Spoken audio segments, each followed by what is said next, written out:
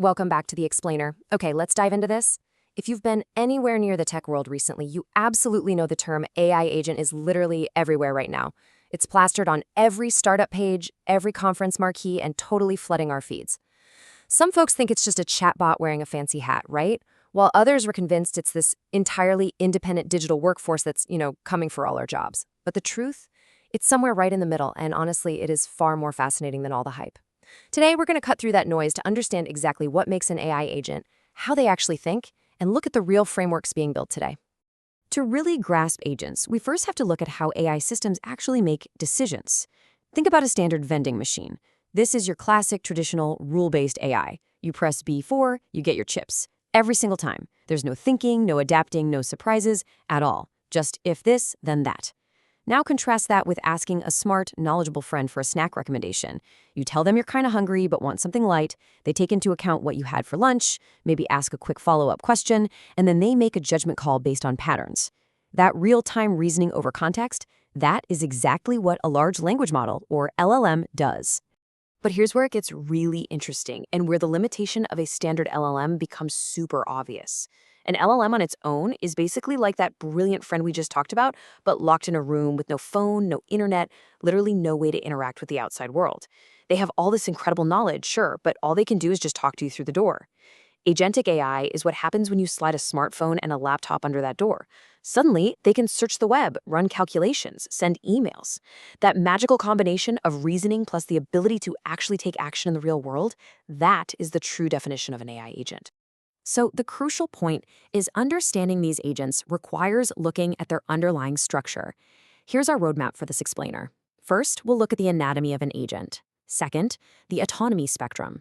Third, execution and patterns. Fourth, multi-agent ecosystems. And finally, the top frameworks for 2026. All right, kicking things off with Section 1, the anatomy of an agent. Let's zoom right in on the actual architecture happening under the hood. So an AI agent is built on 4 core components. First up is the brain. This is the LLM itself, the reasoning engine that decides what to do based on whatever your goal is. Second, we have tools. These are the specific actions the agent can take, like searching the web or executing code. Third is memory, because agents need to remember things. That could be short-term memory for the immediate conversation you're having, or long-term memory, which is kind of like a digital notebook they can reference across different sessions over time. And finally, planning. This is absolutely crucial. It's the ability to take a massive, overwhelming goal and break it down into a logical sequence. Step 1, Step 2, Step 3. It's this specific combination that separates a truly agentic system from just a basic chatbot. Now, I want to pause on that second component for just a second because it introduces something called tool calling. Tool calling is arguably one of the absolute most important and frankly most difficult concepts to nail in agentic AI. See, you aren't just hard-coding a system to search the web every single time. Instead, the AI agent is independently deciding when it needs to search the web and exactly how to format that search. It's pulling in APIs or executing code entirely on its own behalf to get you the answer. It's a real game changer. Moving right along to Section 2, the autonomy spectrum. Think of this next part a lot like driving a car. You see, not every AI agent is equally autonomous, and your human oversight diminishes as we move through these stages. At Step 1, you have a simple single Q&A setup. You ask, it answers, you verify. Easy. Step 2 is a co-pilot. Here, the agent might draft an email or write some code, but it absolutely requires your explicit human approval before it hits send or deploy. Step 3 is goal-driven. This is where you give the agent a broad objective and it figures out the path. You act way more like a supervisor, just reviewing the final output. And finally, Step 4 is fully autonomous. This is where the agent handles long, complex sequences of actions across multiple systems without any human intervention at all. Now, fully autonomous systems sound amazing, right? Like a fully self-driving car. But as you can guess, more autonomy equals way more risk. Trusting an agent with dozens of unchecked actions is powerful, but if it makes a costly mistake early on, say misinterpreting a data set at Step 3, well, that error compounds through every single action it takes afterward. This is exactly why keeping a human in the loop is such a major design consideration today. You have to figure out exactly how much you really trust the agent to act alone. So how do we actually design these systems to be reliable? That brings us to Section 3. Execution and patterns. Let's look at the actual design blueprints of agentic AI. At the foundational level, agents execute tasks in two main ways. Imagine you're planning a vacation. Linear execution means doing things one by one, right? You book the flight, then you find the hotel, then check the weather, then research restaurants. It's predictable and it's easy to debug. But parallel execution, that's like having 4 assistants working for you at the exact same time. One handles the flight, one the hotel, one the weather, and one the food. When tasks are independent, parallel execution is just dramatically faster. Though I will say, it does require some really careful design to stitch all those separate results perfectly back together at the end. Let's move to and see how this builds into actual reasoning frameworks, starting with arguably the most foundational pattern in agentic AI, React. React basically stands for reason and act, and it's a loop.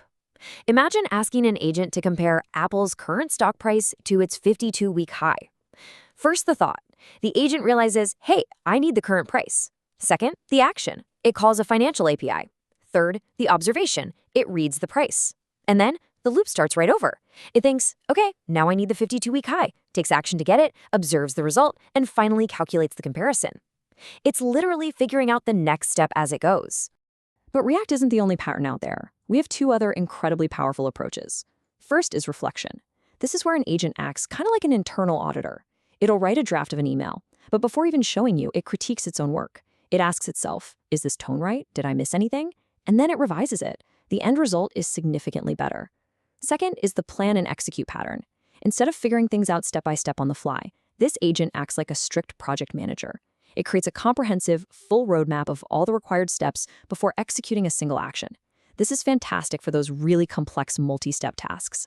Now we are crossing into the territory that is really going to define the future of this technology. Section 4, multi-agent ecosystems.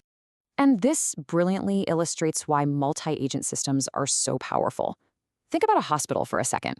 You don't have one single doctor who performs open-heart surgery, runs the pharmacy, reads the x-rays, and manages the billing. I mean, that would be impossible, right? You have specialists, and they coordinate.